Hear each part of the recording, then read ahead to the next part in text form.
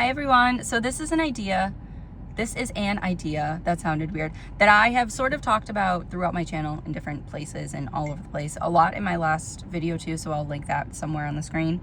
But basically, it's about, I was really inspired by the Gilded Age. So basically, if you have an idea to do it, if you are, if you have the idea to do something and be the very first person to do that thing, you have that idea for a reason.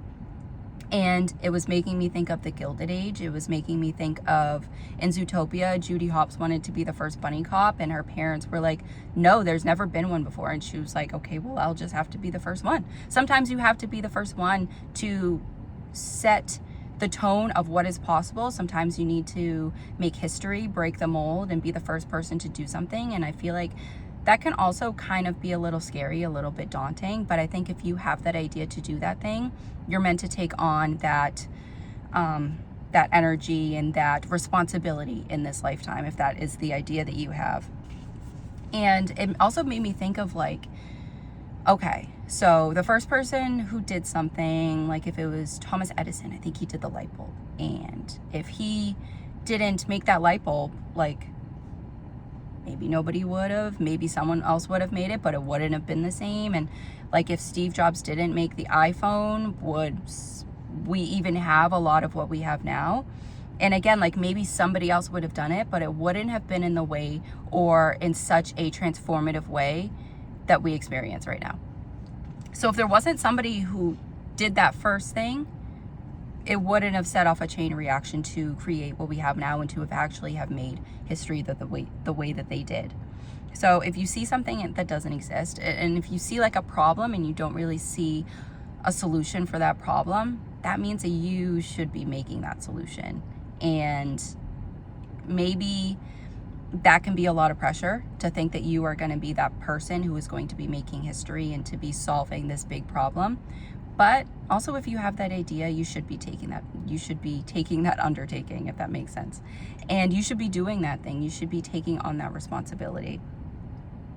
And I feel like there's also, like, in this age of like social media, I feel like people can be afraid of looking cringy and looking weird, to be doing something that nobody else is doing and to be the only person doing that thing. It can be like a little bit weird. And again, like when I was talking about the Gilded Age, and spoiler alerts if you are not up to date on the episodes right now in the 3rd season, but Jack, who is the footman of the Van Ryn house, he had an idea for making an alarm clock that worked, that whenever you set it to, like 7 a.m., 7:30 a.m., it would always go off at that time. And he had an alarm clock, and I think they had them at the time, but they just weren't reliable. So he basically broke down the alarm clock he had, literally took it apart, part by part. That was a lot of parts. And he studied it. He figured out how he could make it better. And when he pitched it to the neighbor, who was around his age, Larry, and Larry is like, the Russell family is like super, super, super, super, super filthy rich. And he brought it to Larry to basically bring to investors. And a lot of the investors at first did not care for this alarm clock because they couldn't guarantee that it worked. They were afraid of it. They were afraid that, since it's the first thing that they're seeing of this kind, that it's not going to work. And like Jack almost gave up. He was like really upset that like nobody believed in it, and they kept getting no's, and nobody believed in it, nobody cared or was willing to even take that risk.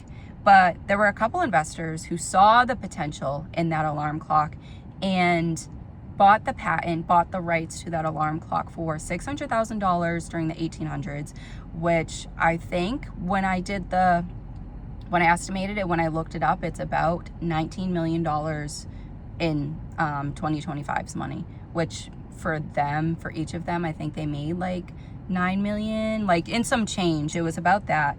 And yeah, so if he gave up on that idea, he would not be a millionaire. He would not have seen his invention like just really take on a whole new form, and he wouldn't have seen the end of what he wanted to do.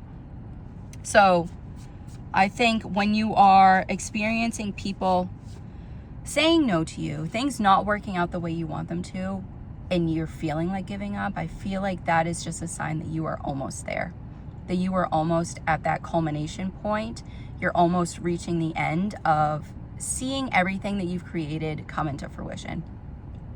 So I think if you are at a point, again, where you're thinking about giving up, you feel like something is just not working out, you feel like going to another job, you feel like this just isn't meant for you, I think that is a sign to keep going. That's a sign to not give in, and to keep exploring, to even separate from it for like even like a day, to just like not think about it for a day, and to come back to it with a fresher mind.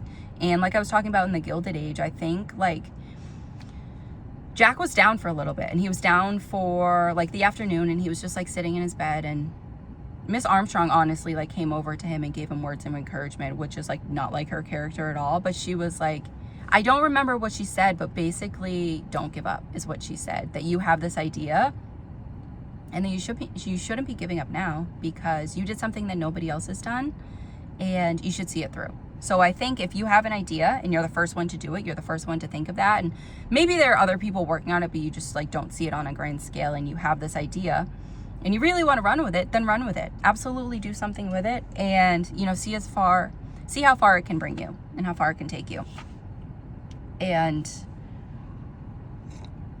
I didn't really do any sort of introduction of myself, but I am Julia. If you don't really feel like listening to the full video, it's probably going to be a little bit shorter. I just had a couple pages in my notes for today, but I have my tea with me for tea time, so I hope you have a little drink or something to sit here and listen. Again, I do have my blog in the description. If you don't want to listen to the full video, you can read my blog down below in the description. But for each video, I just write a couple pages. Usually it's like 4 pages of notes. I just have 2 for today, because I sort of wanted it to be a little bit short and sweet, straight to the point of basically, if you have an idea, go for it. That is it. You don't have to think about the end of where you're going to get to at the end. You just need to think about creating and being in that mode of fixing a problem, making something functional.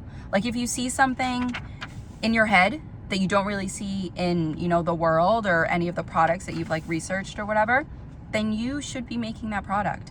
And I will actually say I made this fidget ring almost a year ago in like September, and I make delicate jewelry just to begin with, and I didn't really see any fidget ring that was this thin. Like it's so small, and I wear it on my thumb, and I really just go through my day. I do whatever, I can hold my drink and I don't even feel it. And I wanted something like that, but I wasn't finding anything like that. Everything was super like bulky and clunky, and it just wasn't what I was looking for. It wasn't my style. So I made this ring, and in the past couple months that I've like put my products onto Etsy, I felt really called to put my products on Etsy. And since May, this has been my bestseller. It has been the most loved product. I do ads on Etsy, and like basically all of my ad money goes towards this because people love it so much. So I think the more that people look at it, the more that Etsy knows to send out notifications and to really boost this ring, because it's beautiful. I love it so much. And the beads move around, the beads spin up and down, and I just love it so much. And again, I couldn't find anything like this, so I made it myself. So if there's an idea that you have that you don't really see in reality, you don't see anybody making, that means you've got to make it. Sorry, but you got to do it. You got to make history. You've got to be the first one to do it. And it doesn't have to be a really big, completely new idea. Like I said, I made this ring. Fidget rings have been around for I don't even know how long, but I wasn't the first one to make one. But I think I was the first one out of what I could find that made one this thin, that was so lightweight, and that was just not, I don't like bulky jewelry anyway. Like I don't really wear, and I wear these little studs and I honestly sleep in them. So I wear things that are small and I don't want to feel them. And, I am focusing on that target, that group of people that don't like to feel their jewelry. And, everybody has their own, interests. There are people who love their jewelry bulky and clunky and thick and heavy, and they want to feel it, and they really want to feel that they're wearing something. Absolutely, like there's something for everybody. But this is just for my people like me who I don't like having things on my fingers. I wash my hands like a dozen times a day because I don't like feeling things. But yeah, that is just me, and I focused on the people who, there's got to be people like me out there too. Even though I do make a lot of my jewelry because I love it, I do try to focus on making it functional and focusing on solving a problem in some way. But yeah, and that was after like 5 years of making jewelry, that this was like finally like something that I feel like is more than just something that's pretty. I used to make jewelry that was pretty and also would speak to people in custom pieces, but I feel like this one is like really transformative, and it's not so much different. It has just a lot of meaning behind it too, and I feel like it's, again, really functional as a fidget ring, and people have loved it. So, you know, that's all I can really ask for, and that people are finding use in it too. And again, I've been doing this for 5 years, and this like finally took off, this piece. And sometimes it isn't your first idea that is going to take off. Sometimes it's going to be a few months. Sometimes it's going to be a lot of like trial and error and figuring out exactly how you want to do something. But if you don't take that first step, then you're not even going to find your place. If I didn't start making jewelry 5 years ago, and if I didn't teach myself how to solder, and you know, I didn't go down that whole avenue of soldering and figuring out what I loved, I wouldn't have made this ring. So I just say, like, just if you have an idea, do it. Go for it in whatever capacity. It doesn't have to be something super, super grand that millions, billions of people are going to love. It can be something that is like focused on your community. It can be something that is transformative, you know, in a smaller group of people. It doesn't matter. I think as long as you are doing what you feel called to do authentically and honestly with yourself, and you're taking those steps day by day, that's all that matters. And I talk about that all the time. Just make sure you are doing little bits every day. Consistently doesn't, I mean, consistently. Consistency doesn't look like 100% every single day. It can be 10% one day. It can be 80%. It could be, you know, back down to 20%. And then, you know, you're staying at 20% for a few days, and then you get more energy and you're at 50, you're at 90%. That is consistency. As long as you are doing something at some capacity every single day, that's all that matters. You don't have to be at 100% every single day. I think that is unrealistic too, for us to be at 100% every day. So, you know, just be kind to yourself and extend grace to yourself, that you don't have to be perfect every day. But as long as you are putting in a little bit of effort, that's all that matters. So yeah, again, it took me 5 years to get here, but I wouldn't have had it any other way. I learned a lot of stuff. I made a lot of cool things. And, you know, even like I said, the first thing might not take off, but you could have fun making those like 1 through 99. It could be the 100th that takes off, but 1 through 99 was fun. You learned a lot through them. That's all that matters, really. And it isn't really focusing on the end goal. It is focusing on what idea you have, and basically just focusing on creating, having a good time creating. Because I think as soon as you hate creating and it becomes not fun for you, especially like if you're creative, you have like an inventor mind, an entrepreneurial mind. Once you stop having fun creating, then like, what is the point? If you get so focused on like the money and the gains and the attention and the recognition at the very end or whatever, then you kind of lose a lot of that passion for creating. So yeah, I think creating and having a lot of love, a lot of care and passion and intention for what you're doing, absolutely.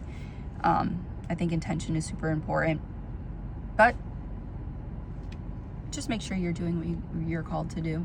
Like that little SpongeBob rainbow. Imagination, that's what you need to have. And that, I think, is where I'm going to end the video, because I think that was basically all my notes. Like I said, it was just a couple pages. Just do what you feel called to do. Be authentic. Be yourself. If you feel like making a little tiny ring, make a little tiny ring. Who cares if people are saying, oh, all I have always seen is like bulky, thick rings. And I was like, maybe I shouldn't make this. Maybe nobody would care about it. Clearly, a lot of people care about it. So a lot of people have bought it. A lot of people have loved it and added it to their favorites on Etsy every single day, which is so amazing. I'm so grateful for that. So if I never made this ring, if I kept telling myself that this ring was too small and then nobody would care about it, I would not be having as much fun as I have now making this ring. And I wouldn't have reached as many people, which is like the goal is, making pieces for people that are going to have a use in their life and a function in their life, especially with like fidgeting. This is how I do it, because I always like pick off the skin on my fingers. So I like having these beads to move up and down, so I don't pick off the skin on my fingers. So just do what you feel called to do. And that right there, I think, is the end of my yappa. But I'm gonna finish my tea, and I will see you guys on the next video. If you have any comments, anything, any real life experiences, anything like that, or maybe you felt like giving up and then maybe you saw, you know, things happen like a week after, you just like kept pushing through, I would love to know. So yeah, anything in the comments, make sure you like and subscribe if you feel called to, and I will see you guys next Monday. Bye for now.